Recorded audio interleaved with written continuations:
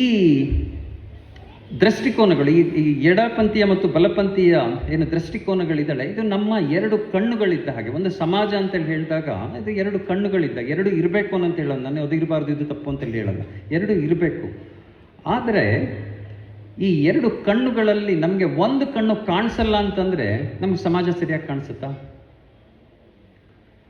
ನಾವು ಯಾವುದೋ ಒಂದು ವಿಚಾರವನ್ನು ಸಂಪೂರ್ಣ ಎಡಗಣ್ಣಿಂದ ಹಿಂಗೆ ನೋಡ್ತಾ ಇದ್ಬಿಟ್ರೆ ಈ ಕಡೆಗೇನು ಕಾಣಿಸ್ತಾನೆ ಇರಲ್ಲ, ಅಥವಾ ಹಿಂಗೆ ನೋಡ್ತಾ ಇದ್ರೆ ಈ ಕಡೆಗೇನು ಕಾಣಿಸ್ತಾನೆ ಇರಲ್ಲ. ಪತ್ರಿಕೋದ್ಯಮದಲ್ಲಿ ಇವತ್ತು ಬೇಕಾಗಿರುವಂಥದ್ದು ಇದೆ. ನಾವು ಹೀಗೆ ನೋಡ್ತಾ ಇರಬೇಕು, ಎಲ್ಲ ವಿಚಾರಗಳು ನಮ್ಮ ಕಣ್ಣು ಮುಂದೆ ಕಾಣಿಸ್ಬೇಕು. ಇದು ಒಂದು ನಮ್ಮ ಮಧ್ಯದಲ್ಲಿ ಇರಬೇಕಾದಂತಹ ಒಂದು ವಾಸ್ತವವಾದಂಥ ಚೌಕಟ್ಟು. ಆದರೆ ಅದನ್ನೀಗ ಮಾಡೋಕ್ಕೆ ಸಾಧ್ಯನಾ ಅಂತ ಕೇಳಿದ್ರೆ ವಾಸ್ತವವಾಗಿ practically it is not possible ಅನಿಸುತ್ತೆ. ಯಾಕೆಂದರೆ ನಾವು ಆ ದಾರಿಯನ್ನು ಬಿಟ್ಟು ಬೇರೆ ಬೇರೆ ಎರಡು ಸಪ್ರೇಟ್ ದಾರಿಗಳಲ್ಲಿ ಸಾಕ್ತಾ ಇದ್ದೀವಿ. ಹಾಗಾಗಿ practically this may not be possible ಅಂತ ಅನಿಸುತ್ತೆ.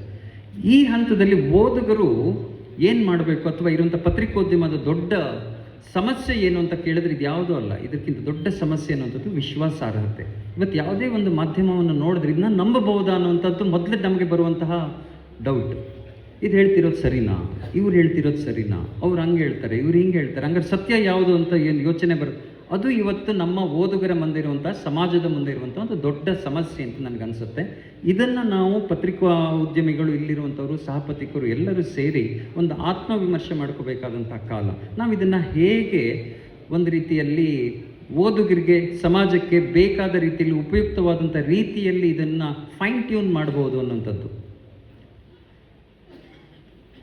ಈ ಫೈನ್ ಟ್ಯೂನ್ ಮಾಡೋದಕ್ಕೆ ನನಗೆ ವಾಸ್ತವವಾಗಿ ಈಗಿನ ಒತ್ತಡಗಳ ನಡುವೆ, ಪಂಥಗಳ ಒತ್ತಡಗಳ ನಡುವೆ ಎಷ್ಟು ಮಾಡೋಕ್ಕೆ ಸಾಧ್ಯ ಅನ್ನುವಂಥದ್ದು ತಕ್ಷಣಕ್ಕೆ ಉತ್ತರ ಕೊಡೋಕ್ಕಾಗದೇ ಇರುವಂತಹ ವಿಚಾರ. ಮುಂದೆ ಯಾವತ್ತೂ ಈ ರೀತಿಯಾದಂತಹ ದಾರಿ ಬರ್ಬೋದು. ಆದರೆ ವಾಸ್ತವದ ಈಗಿನ ಸ್ಥಿತಿಯಲ್ಲಿ ದೇಶ ಅನ್ನುವಂಥದ್ದು ಎರಡು ನಿಖರವಾದಂಥ ವಿಭಾಗಗಳ ಕಾಣಿಸ್ತಾ ಇರೋ ಈ ಹೊತ್ತಿನಲ್ಲಿ ಜನ ಸತ್ಯವನ್ನು ಹೇಗೆ ತಿಳ್ಕೋಬೇಕು ಅಂತ ಕೇಳಿದ್ರೆ, ನಮ್ಮ ಈ ಪ್ರಿಂಟ್ ಮೀಡಿಯಾ ಅಥವಾ ಟೆಲಿವಿಷನ್ ಮೀಡಿಯಾಗಳಿಂದ ಅಥವಾ ಸೋಷಿಯಲ್ ಮೀಡಿಯಾಗಳಿಂದ ಇನ್ನೂ ಸಾಧ್ಯ ಆಗ್ತಾ ಇಲ್ಲ.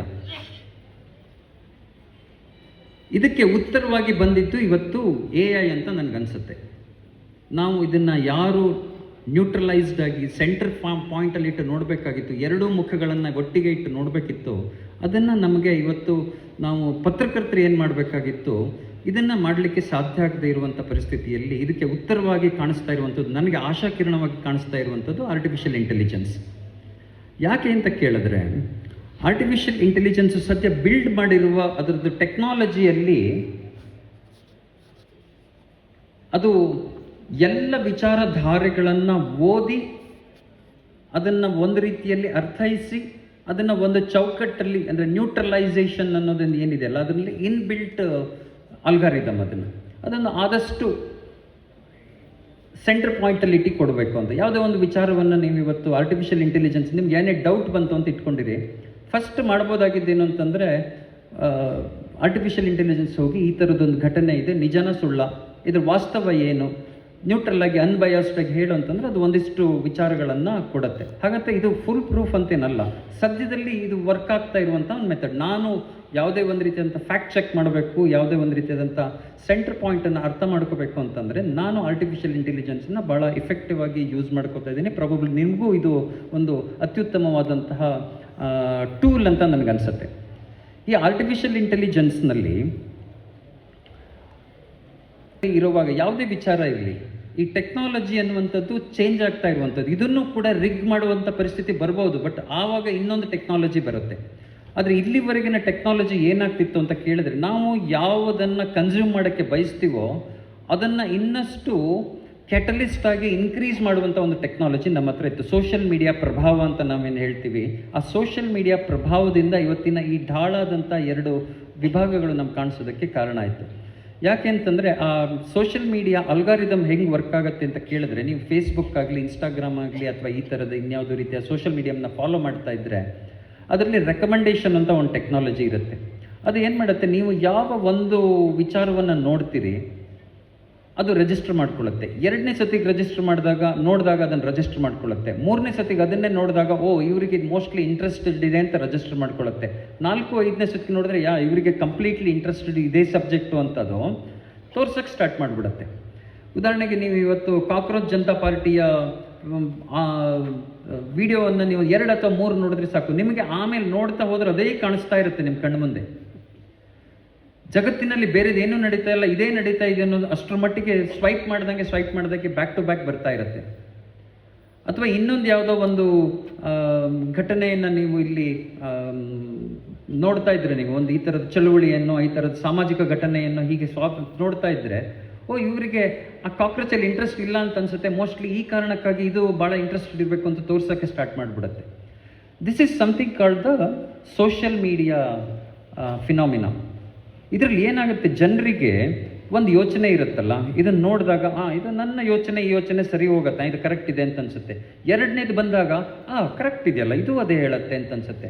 3ನೇದು, 4ನೇದು, 5ನೇದು, 6ನೇದು ಬಂದಾಗ ಪರ್ಫೆಕ್ಟ್ ನನ್ನ ಚಿಂತನೆ ಏನಿದೆ ಇದೆಲ್ಲ ಸಪೋರ್ಟ್ ಬರ್ತಾ ಇದೆ, ಪ್ರೂಫ್ ಬರ್ತಾ ಇದೆ ಅಂತ ಅನ್ಸೋಕ್ಕೆ ಸ್ಟಾರ್ಟ್ ಆಗ್ಬಿಡುತ್ತೆ. It's a kind of hypnotized. ಇವಾಗ ನಿಮಗೆ ಹಿಪ್ನಟೈಸಿಂಗಲ್ಲಿ ಗೊತ್ತಲ್ಲ, ನಿನಗೆ ನಿದ್ದೆ ಬರ್ತಾ ಇದೆ ಮಲಗು, ನಿನಗೆ ನಿದ್ದೆ ಬರ್ತಾ ಇದೆ ಮಲಗು ಅಂತ ಈ ನೀವು ಹಿಪ್ನೋಟಿಕ್ ಸಜೆಷನ್ಸನ್ನು ಕೊಡ್ತಾ ಇದ್ದರೆ ಆ ನಿದ್ದೆ ಬರೋಕ್ಕೆ ಪ್ರಾರಂಭ ಆಗಿಬಿಡುತ್ತೆ. ಯಾರೊಬ್ಬ ವ್ಯಕ್ತಿಗೆ ನೀನು ಭಾಳ ಚೆನ್ನಾಗಿ ಮಾಡ್ತಿದ್ದೆ ಅಂತ ಹೇಳ್ತೆ, ಅವ್ನು ಚೆನ್ನಾಗಿ ಮಾಡ್ತಾ ಇಲ್ಲ ಅಂತ ಇಟ್ಕೊಂಡಿರಿ, ನೀನು ಚೆನ್ನಾಗಿ ಮಾಡ್ತಿದ್ದೆ ಅಂತ ಹೇಳಿದರೆ, ನಾ ಮಾಡ್ತಾ ಇರೋದು ಭಾಳ ಪರ್ಫೆಕ್ಟ್ ಇದೆ ಅಂತ ಅವನಿಗೆ ಕಾನ್ಫಿಡೆನ್ಸ್ ಬಂದು ಅದೇ ರೀತಿಯಾಗಿ ನಂಬಿಕೆ ಬರುತ್ತಲ್ಲ. Social media impact is that. ನೀವು ಯಾವುದೇ ಒಂದು ಘಟನೆಯನ್ನು ಹಿಂಗೆ ನೋಡ್ತಾ ಇರುವಾಗ ನಿಮಗೆ ಮನಸ್ಸಿಗೆ ಯಾವುದು ಸರಿ ಅಂತ ಅನ್ನುವ ಒಂದು ಸಣ್ಣ ಯೋಚನೆ ಇರುತ್ತೆ, ಕಂಟಿನ್ಯೂಸ್ಲಿ ಬರ್ತಾ ಇರುತ್ತೆ, ಅದು ಅಪೋಸಿಟ್ ಥಾಟ್ಸ್ ಬರುವಂಥದ್ದು ಕಡಿಮೆ ಆಗಿಬಿಡುತ್ತೆ. ಸೊ ಇದು 2 ವಿಭಾಗಗಳಲ್ಲಿ ಇದು ಆಗೋದ್ರಿಂದಾಗಿ ನಮ್ಮ ಚಿಂತನೆ ಆ್ಯಕ್ಚುಲಿ ನಮ್ಮ ಪತ್ರಿಕೋದ್ಯಮದಲ್ಲಿ ಏನಾಗಬೇಕಾಗಿತ್ತು ಅಂದರೆ, ಮಾನವನ ಸಂಪಾದಕ ಅಂತ ಏನು ಹೇಳ್ತೀವಿ, ಇವತ್ತೆಲ್ಲ ನಾವು ಕೂತಿರುವಂಥದ್ದು ಸಂಪಾದಕ ಆಗಿರುವುದು, ನಮ್ಮ ವಿವೇಚನೆ ಹೇಗಿರಬೇಕು ಅಂತ ಅಂದಿದ್ದಿದ್ರೆ ಈ ಒಂದು ಘಟನೆ ಆಗುತ್ತೆ, ಇದರ ಒಂದು ಮುಖ ಇದು, ಇದ್ರ 2ನೇ ಮುಖ ಇದು ಅನ್ನು ತೋರಿಸುವಂತಹ, ಅಥವಾ ಇವತ್ತು ಜಗತ್ತಿನಲ್ಲಿ ಬೇರೆ ಇದು ಒಂದೇ ಕಾಕ್ರೋಚ್ ಒಂದೇ ಅಲ್ಲ, ಇದನ್ನಿರುವಂಥ ಬಿಟ್ಟಂತ ಇನ್ನೂ ಅನೇಕ ಇಂಪಾರ್ಟೆಂಟ್ ಹ್ಯಾಪನಿಂಗ್ಸ್ ಆಗ್ತಾ ಇದೆ ಅನ್ನೋದನ್ನು ಆಯ್ಕೆ ಮಾಡಿ ನಮ್ಮ ಓದುಗರಿಗೆ, ನಮ್ಮ ಸಮಾಜಕ್ಕೆ ಯಾವುದು ಬೇಕು ಅನ್ನೋದನ್ನು ನಾವು ಹುಡುಕಿ ತೆಗೆದು ಒಂದು ಪತ್ರಿಕೆಯನ್ನು, ಮಾಧ್ಯಮವನ್ನು ರೂಪಿಸಬೇಕಾಗಿತ್ತು. ಇದು ಆಗ್ತಾ ಇದೆ ಅನ್ನೋ ಆಗ್ತಾ ಇದ್ರೂ ಕೂಡ ಸೋಷಿಯಲ್ ಮೀಡಿಯಾ ಅನ್ನುವಂಥದ್ದು ನಮ್ಮ ಈ ಡಿವೈಡನ್ನು ಭಾಳ ಸೀರಿಯಸ್ ಆಗಿ ಕ್ರಿಯೇಟ್ ಮಾಡ್ತಿದ್ದು. ನಾನು ಬರೀ ಪತ್ರಿಕೋದ್ಯಮ ಅಂತೇಳಿ ಹೇಳಲ್ಲ, ಇದನ್ನು ಯಾವುದೇ ಒಂದು ವಿಚಾರವನ್ನು ತಗೊಳ್ಳಿ. ಈಗ ಪರ್ಸ್ನಲ್ ರಿಲೇಷನ್ಶಿಪ್ಸ್ ಇರುತ್ತೆ ಎಲ್ಲರಿಗೂ. ಒಂದು ಪರ್ಸ್ನಲ್ ರಿಲೇಷನ್ಶಿಪ್ಸ್ ಇರುವಾಗ, probably husband and wife relationship ಇರುವಾಗ, ಒಂದು ವೈಫ್ ಒಂಥರ ಥಿಂಕ್ ಮಾಡ್ತಾ ಇದ್ದಾಗ ಯಾವುದೋ ಒಂದು ಇನ್ಸ್ಟಾಗ್ರಾಮ್ನಲ್ಲಿ ಒಂದು ದೃಷ್ಟಿಕೋನವನ್ನು ನೋಡಿದ್ದಿದ್ರೆ, ಅದನ್ನು ನೋಡ್ತಾ ಹೋಗ್ತಾ ಹೋದರೆ ಅದನ್ನೇ ನಂಬ್ಕೊಳ್ಳೋಕೆ ಪ್ರಾರಂಭ ಆಗುತ್ತೆ. ಫೀಮೇಲ್ ಡಾಮಿನೆನ್ಸು, ಗಂಡಸರೆಲ್ಲರೂ ನಮಗೆ ಹೆರಾಸ್ ಮಾಡ್ತಾರೇನೋ ಅಂತ ಅಂದ್ಕೊಳ್ಳೋದು, ಈ ರೀತಿಯ ಭಾವನೆಗಳು ಸ್ಟಾರ್ಟ್ ಆದಾಗ ಎಷ್ಟೋ ಫ್ಯಾಮಿಲಿಗಳಲ್ಲಿ ಡೈವೋರ್ಸ್ ಆಗಿಬಿಡ್ತಾ ಇದೆ ಇವತ್ತು. ಇದೆಲ್ಲ ಸೋಷಿಯಲ್ ಮೀಡಿಯಾದ ಪ್ರಭಾವ. ಸೋಷಿಯಲ್ ಮೀಡಿಯಾವನ್ನು ನೋಡ್ತಾ ನಾವು ಸೋಷಿಯಲ್ ಮೀಡಿಯಾದ ಕಂಟ್ರೋಲಿಗೆ ಸಿಗ್ತಾ ಇದ್ದೀವಿ. That's a beautiful documentary, it's in Netflix. ನೋಡಿ ಹೇಗೆ ಸೋಷಿಯಲ್ ಮೀಡಿಯಾ ನಮ್ಮನ್ನು ಕಂಟ್ರೋಲ್ ಮಾಡುತ್ತೆ ಎನ್ನುವ ವಿಚಾರವನ್ನು ನೀವು ಗಮನಿಸಬೇಕು. ನಾನು ಇದ್ರ ಬಗ್ಗೆ ಇನ್ನು ವಿಸ್ತಾರವಾಗಿ ಹೇಳ್ತಾ ಹೋಗ್ಬೋದು, ಇದಕ್ಕೆ ಅನೇಕ ಪಾಯಿಂಟ್ಸ್ಗಳನ್ನು ಕೊಡ್ತಾ ಹೋಗ್ಬೋದು, ಬಟ್ ಇದು ವೇಳೆ ಅಲ್ಲ ಅನ್ನೋ ಕಾರಣಕ್ಕಾಗಿ ನಾನು ಇದನ್ನು ಅಷ್ಟಕ್ಕೆ ಬಿಡ್ತೀನಿ. ಆದರೆ ಇಲ್ಲಿ ನಾವು ಇನ್ನೊಂದು ವಿಚಾರವನ್ನು ನಾವು ಟ್ರೆಡಿಷ್ನಲ್ ಮೀಡಿಯಾದವ್ರು ತುಂಬ ಜನ ಇದ್ದೀವಿ. ಈ ಟ್ರೆಡಿಷ್ನಲ್ ಮೀಡಿಯಾದಲ್ಲಿ print versus television, left versus right, ಇದೆಲ್ಲ ವಿಚಾರಗಳ ನಡುವೆ, 2 ಜನರ ಜಗಳದ ನಡುವೆ ಲಾಭವನ್ನು ಪಡ್ಕೊತಾ ಇರೋರು 3ನೇದು ಅನ್ನೋ ವಿಚಾರವನ್ನು ನಾನು ಇವತ್ತು ಇದರಲ್ಲಿ ಎಂಫಸೈಸ್ ಮಾಡಿ ಹೇಳೋದಕ್ಕೆ ಬಯಸ್ತೇನೆ. ನಮ್ಮ ಮಾಧ್ಯಮದಲ್ಲಿ ಇವತ್ತು ನಾವೇನು ನೋಡ್ತಾ ಇದ್ದೀವಿ, ಮಾಧ್ಯಮಗಳ ನಡಿಬೇಕು ಅಂತಂದರೆ ನಮಗೆ 2 ರೀತಿಯ ಇನ್ಕಮ್ ಬೇಕಾಗುತ್ತೆ. ಒಂದು ಓದುಗರಿಂದ ಬರುವಂಥ ಚಂದಾದಾರಿಕೆಯ ಇನ್ಕಮ್ಮು, ಇನ್ನೊಂದು ಜಾಹೀರಾತುದಾರರಿಂದ ಬರುವಂತಹ ಇನ್ಕಮ್. ನಾವು ಎಲ್ಲಿವರೆಗೆ ಓದುಗರ ಕಾಂಟ್ರಿಬ್ಯೂಷನ್ ಭಾಳ ಗಟ್ಟಿಯಾಗಿರುತ್ತೋ, ಪತ್ರಿಕೆಯಲ್ಲಿ ಸಂಪಾದಕನ ಧ್ವನಿ ಅಷ್ಟೇ ಗಟ್ಟಿಯಾಗಿರುತ್ತೆ, ಯಾಕೆಂದರೆ ಅವನ ಧ್ವನಿಗೆ ಬಲವನ್ನು ಕೊಡುವಂಥವರು ಓದುಗರು. ಬಟ್ ಯಾವಾಗ ಅದರ ಕಾಂಟ್ರಿಬ್ಯೂಷನ್ ಕಡಿಮೆ ಆಗುತ್ತೆ, ಆವಾಗ ಜಾಹೀರಾತುದಾರರು ಮೇಲ್ಗಡೆಗೆ ಇಡೀ ಪತ್ರಿಕೆ ಇಕಾನಮಿ ಅವಲಂಬಿಸೋದಕ್ಕೆ ಪ್ರಾರಂಭ ಆಗುತ್ತೆ. ಆವಾಗ ಸಂಪಾದಕನ ಧ್ವನಿ ಜಾಹೀರಾತುದಾರರಿಗೆ ಅನುಗುಣವಾಗಿ ಬದಲಾಗಬೇಕಾಗತ್ತೆ, ಟೋನ್ ಡೌನ್ ಆಗಬೇಕಾಗುತ್ತೆ, ಟೋನ್ ಇನ್ಕ್ರೀಸ್ ಆಗಬೇಕಾಗುತ್ತೆ. ಏನೋ ಅವ್ರನ್ನ ನಿಯಂತ್ರಿಸುವವರು ಜಾಹೀರಾತುದಾರರಾಗ್ಬಿಡ್ತಾರೆ. ಇದು ಒಂದು ಭಾಳ ಡಿಫಿಕಲ್ಟ್ ಆದಂಥ ಒಂದು ಸ್ಥಿತಿ. ಈಗ 10-15 ವರ್ಷಗಳಲ್ಲಿ ಈ ಜಾಹೀರಾತುದಾರರ ಪ್ರಭಾವನೆ ಜಾಸ್ತಿ ಇದೆ. ಟೆಲಿವಿಷನ್ ತೊಗೊಂಡ್ರಂತೂ 100% ಅದ್ರ ಇಕಾನಮಿ ರನ್ಸ್ ಆನ್ ಅಡ್ವರ್ಟೈಸರ್ಸ್. ಪ್ರಿಂಟ್ನಲ್ಲಿ ಇನ್ನೂ ಸಬ್ಸ್ಕ್ರಿಪ್ಷನ್ನು ಮತ್ತು ಅಡ್ವರ್ಟೈಸ್ಮೆಂಟ್ಗಳ ಬ್ಯಾಲೆನ್ಸ್ ಅನ್ನುವಂಥದ್ದು ಇದೆ. ಬಟ್ ಈಗ ಆಗ್ತಾ ಇರುವಂತಹ ವಿಚಾರ ಏನು ಅಂತಂದರೆ, ಜಾಹೀರಾತುಗಳ ಪ್ರಭಾವ ಪ್ರಿಂಟಿಂದ ಟೆಲಿವಿಷನ್ಗೆ, ಟೆಲಿವಿಷನ್ನಿಂದ ಡಿಜಿಟಲ್ಗೆ ಸಂಪೂರ್ಣ ಮೂವ್ ಆಗಿ ಹೋಗ್ತಾ ಇರೋದ್ರಿಂದ ಇಲ್ಲಿ ಡ್ರೈ ಆಗ್ತಾ ಇದೆ. ಇವತ್ತು ಜಾಹೀರಾತು ಚಂದಾದಾರರ ಕಾಂಟ್ರಿಬ್ಯೂಷನ್ನು ಸಾಕಾಗ್ತಾ ಇಲ್ಲ, ಜಾಹೀರಾತುದಾರರ ಕಾಂಟ್ರಿಬ್ಯೂಷನ್ನು ಸಾಕಾಗ್ತಾ ಇಲ್ಲ. ಅದರಿಂದ ಮಾಧ್ಯಮಗಳು ನಡೆಯುವಂಥ ಕಷ್ಟ ಆಗ್ತಾ ಇರುವಾಗ ಈ ಜಾಹೀರಾತೆಲ್ಲ ಎಲ್ಲೋಯ್ತು ಅಂತ ಕೇಳಿದ್ರೆ ಅವರೇನು ಕೆಲಸವನ್ನು ನಿಲ್ಲಿಸಿಲ್ಲ. ಅವ್ರು ತಮ್ಮ ದುಡ್ಡು ಖರ್ಚು ಮಾಡೋದನ್ನು ದೇ ಶಿಫ್ಟೆಡ್ ಇಟ್. ಎಲ್ಲಿ ಶಿಫ್ಟ್ ಆಗ್ತಿದೆ ಅಂತ ಕೇಳಿದ್ರೆ ಡಿಜಿಟಲ್ ಮೀಡಿಯಾಕ್ಕೆ ಶಿಫ್ಟ್ ಆಗ್ತಿದೆ. ಡಿಜಿಟಲ್ ಮೀಡಿಯಾದಲ್ಲೂ ಎಲ್ಲಿ ಹೋಗ್ತಿದೆ ಅಂತ ಕೇಳಿದ್ರೆ ಗೂಗಲ್ ಆಡ್ಸೆನ್ಸ್ಗೆ ಹೈಯೆಸ್ಟ್ ಜಾಹೀರಾತುಗಳು ಹೋಗುತ್ತೆ. ಎರಡನೇದು ಮೆಟಾಗೆ ಹೋಗುತ್ತೆ, ಫೇಸ್ಬುಕ್ಕಿಗೆ ಹೋಗುತ್ತೆ. ಆಮೇಲೆ ಮೂರನೇದಾಗಿ ಇನ್ಯಾವುದೋ ಒಂದು ರೀತಿಯಾದ ಸಣ್ಣ ಸಣ್ಣ ಕಂಪ್ನಿಗಳು ಇರ್ಬೋದು. ಬಟ್ ಮ್ಯಾಕ್ಸಿಮಮ್ ಹೋಗ್ತಾ ಇರುವಂಥದ್ದು ಈ ಎರಡು ದೊಡ್ಡ ಮೀಡಿಯಾ ಕಂಪ್ನಿಗಳು. ಇವತ್ತಿನ ಮೀಡಿಯಾ ಕಂಪ್ನಿ ಅತ್ಯಂತ ದೊಡ್ಡದು ಅಂದರೆ ನಮ್ಮ ಯಾವ ಟ್ರೆಡಿಷನಲ್ ಮೀಡಿಯಾ ಕಂಪ್ನಿಗಳು ಅಲ್ಲ. ಗೂಗಲ್ ಆ್ಯಂಡ್ ಮೆಟಾ ಅಂತ ಯಾವುದು ಟೆಕ್ನಾಲಜಿಕಲ್ ಕಂಪ್ನಿ ಇದೆ, ಅದು ಇವತ್ತು ಮಾಧ್ಯಮದ ಸರ್ವಾಧಿಪತಿಗಳವರು. ಸೊ ಅಲ್ಲಿಗೆ ಹೋಗ್ತಿದೆ. ಅದ್ರ ಜೊತೆಯಲ್ಲಿ ನಮಗೆ ಇನ್ನೂ ಕಾಂಪಿಟೇಟರ್ಸ್ ಆಗಿ ಬರ್ತಾ ಇರುವಂಥದ್ದು ಅಮೆಜಾನ್ ಅನ್ನುವಂಥದ್ದು. ಈಗ ಒಂದು 2 ವರ್ಷದ ಹಿಂದಿನವರೆಗೆ ಬರೀ ಇ ಕಾಮರ್ಸ್ ಆದಂಥ ಪ್ಲ್ಯಾಟ್ಫಾರ್ಮ್ ಆಗಿತ್ತದು. ಬಟ್ ಇವತ್ತು ಜಾಹೀರಾತುಗಳು ಅಲ್ಲಿಗೂ ಕೂಡ ಹೋಗ್ತಾ ಇದೆ. ಕಳೆದ 1 ವರ್ಷವೇ ಸುಮಾರು 700-800 ಕೋಟಿ ಜಾಹೀರಾತು ಬರೀ ಭಾರತದಲ್ಲೇ ಅಮೆಜಾನ್ಗೆ ಸಿಕ್ಕಿದೆ. ಅದೇ ರೀತಿಯಾದಂಥ ಪ್ಲ್ಯಾಟ್ಫಾರ್ಮ್ಗಳು ಸ್ವಿಗ್ಗಿ, ಝೊಮ್ಯಾಟೊಗೂ ಕೂಡ ಒಂದಿಷ್ಟು ಹೋಗ್ತಾ ಇದೆ. ನೋಡಿ, ಒಂದು ಕಾಲದಲ್ಲಿ ಯಾವುದೋ ಒಂದು ಹೋಟೆಲ್ ಪ್ರಾರಂಭ ಆಗಬೇಕಾಗಿತ್ತು ಅಂತಂದರೆ ಅವರು ಜಾಹೀರಾತನ್ನು ಬಂದು ಲೋಕಲ್ ಪತ್ರಿಕೆಗೂ, ಒಂದು ರಾಜ್ಯ ಮಟ್ಟದ ಪತ್ರಿಕೆಗೂ ಕೊಡ್ತಾ ಇದ್ರು. ಇವತ್ತು ಉದಾಹರಣೆಗೆ ಒಂದು ರಾಮೇಶ್ವರ್ ಕೆಫೆ ಪ್ರಾರಂಭವಾದಾಗ ಅವರು ಒಂದೇ ಒಂದು ನಯಾ ಪೈಸಾ ಜಾಹೀರಾತನ್ನು ಯಾವ ಪತ್ರಿಕೆಗೂ ಕೊಟ್ಟಿಲ್ಲ ಅಥವಾ ಯಾವುದೇ ರೀತಿಯಾದ ಟೆಲಿವಿಷನ್ಗೂ ಕೊಟ್ಟಿಲ್ಲ. ಆದರೆ ಪ್ರಪಂಚದಲ್ಲಿರುವ ಮೂಲೆಗೂ ಗೊತ್ತು ಅದು ಒಂದು ರಾಮೇಶ್ವರ್ ಕೆಫೆ ಅಂತ ಬಂದ್ಬಿಟ್ಟಿದೆ. ಅಲ್ಲಿನ ಒಂದು ರೀತಿಯಂಥ ದೋಸೆ ಭಾಳ ಫೇಮಸ್ ಅಂತೆ, ಕಾಫಿ ಭಾಳ ಫೇಮಸ್ ಅಂತೆ ಅಂತ ಎಲ್ಲ ಗೊತ್ತಾಗ್ಬಿಟ್ಟಿದೆ. ಇದು ಹೇಗಾಯಿತು ಅಂತಂದರೆ ಡಿಜಿಟಲ್ ಮೀಡಿಯಾದಲ್ಲಿ ಅವರು ಇನ್ಫ್ಲೂಯೆನ್ಸರ್ ಸಿಸ್ಟಮನ್ನು ಏನು ಕ್ರಿಯೇಟ್ ಮಾಡ್ತಿದ್ದಾರೆ ಎಲ್ಲ ಅಲ್ಲಿಗೆ ಹೋಗ್ತಿದೆ.